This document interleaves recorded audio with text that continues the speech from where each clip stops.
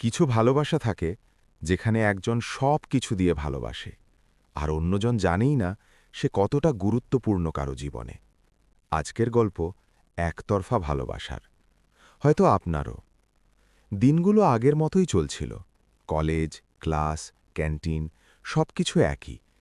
কিন্তু আরিয়ানের ভেতরে কিছু একটা বদলে যাচ্ছিল, ধীরে ধীরে, নিঃশব্দে। তিথি এখনো আগের মতোই হাসে, আগের মতোই গল্প করে, আগের মতোই বলে, তুই না থাকলে আমার দিনটাই কমপ্লিট হয় না। কিন্তু আজকাল এই কথাগুলো শুনে আরিয়ানের ভালো লাগে না। কেন জানি মনে হয় এই কথাগুলোর ভেতরে কিছু একটা নেই, যেটা সে খুঁজছে। একদিন ক্যান্টিনে বসে তারা চা খাচ্ছিল। তিথি হঠাৎ বলল, জানিস, আজকে একটা মজার ঘটনা ঘটেছে। আরিয়ান হেসে বলল, কি? তিথি একটু লজ্জা পেয়ে বলল, ও আমাকে আজকে প্রথমবার ফোন দিয়েছে। এই ও শব্দটা শুনেই আরিয়ানের বুকটা হালকা কেঁপে উঠল। সে স্বাভাবিক থাকার চেষ্টা করে বলল, ও মানে? তিথি হাসল, আরে, যার কথা তোকে বলেছিলাম। আরিয়ানের মাথার ভেতরটা হঠাৎ ফাঁকা হয়ে গেল। সে কিছু বলতে পারল না। তিথি বলতে থাকল, ও খুব ভালো, জানিস, আমার সব কথা শোনে, আমাকে বোঝে। এই কথাগুলো শুনতে শুনতে আরিয়ানের মনে হচ্ছিল, এই জায়গাটায় তো সে ছিল। এই কথাগুলো তো একসময় তার জন্যেই ছিল। কিন্তু আজ সব কিছু বদলে গেছে। সেদিন বাসায় ফিরে আরিয়ান অনেকক্ষণ চুপ করে বসেছিল। তার ফোনে তিথির মেসেজ আসছিল। কি করছিস? রিপ্লাই দিচ্ছিস না কেন? রাগ করেছিস? কিন্তু সে কোনো উত্তর দিল না, কারণ সে জানে না কি বলবে। তার ভেতরে একটা যুদ্ধ চলছে, একদিকে তিথির প্রতি ভালোবাসা, আরেকদিকে নিজেকে বাঁচানোর চেষ্টা। পরদিন কলেজে তিথি এসে বলল, কালকে এত চুপ ছিলি কেন? আরিয়ান হেসে বলল, এমনি। তিথি বলল, তুই না থাকলে আমার ভালো লাগে না। এই কথাটা শুনে আরিয়ানের মনে হল, সে কি শুধু একটা অপশন, নাকি সত্যিই ইম্পর্ট্যান্ট। দিন যেতে লাগল। তিথি এখন প্রায়ই সেই ছেলেটার কথা বলে, তার সাথে কথা বলে, হাসে, খুশি হয়। আরিয়ান চুপচাপ সব দেখে, কিছু বলে না, শুধু পাশে থাকে, কারণ সে জানে সে কিছু বলার অধিকার হারিয়ে ফেলেছে। একদিন বিকেলে তারা কলেজের ছাদে বসেছিল। হালকা বাতাস, আকাশে মেঘ। তিথি ফোনে কারো সাথে কথা বলছিল, হাসছিল, খুশি ছিল।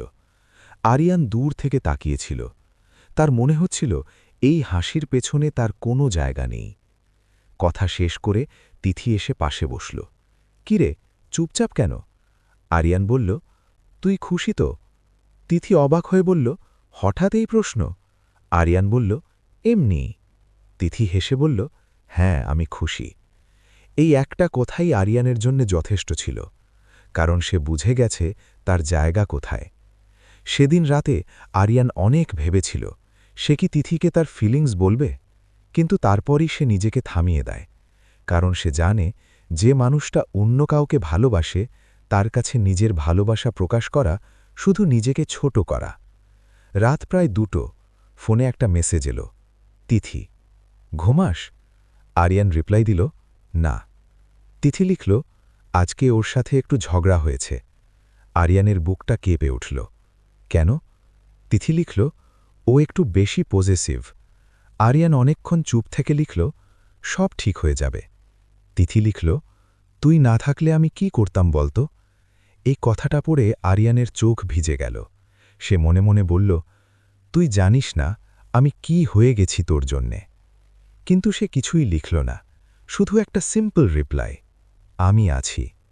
এই আমি আছি কথাটার ভেতরে কতটা ভালোবাসা লুকিয়েছিল তিথি কোনোদিন বুঝতে পারেনি।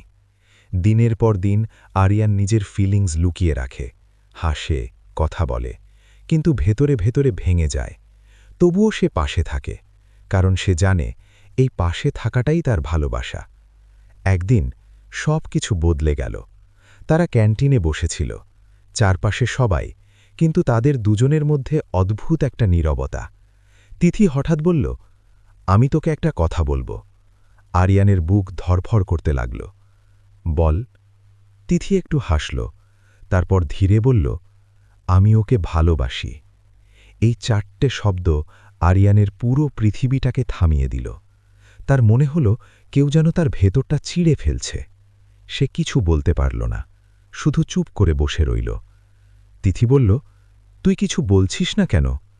আরিয়ান জোর করে হাসল। ভালো তো।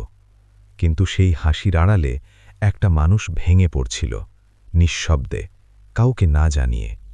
আপনি যদি কখনো কাউকে ভালোবেসে থাকেন কিন্তু বলতে পারেননি, তাহলে আপনি বুঝবেন এই কষ্টটা কেমন। কমেন্টে লিখুন, আমি বলিনি। ভিডিওটা ভালো লাগলে লাইক দিন। আর এমন গল্প পেতে সাবস্ক্রাইব করুন মনের কথা। বেল আইকন অন রাখুন, কারণ পরবর্তী পর্বে গল্পটা এমন জায়গায় যাবে যেখানে তিথি হঠাৎ করেই হারিয়ে যাবে। চলবে।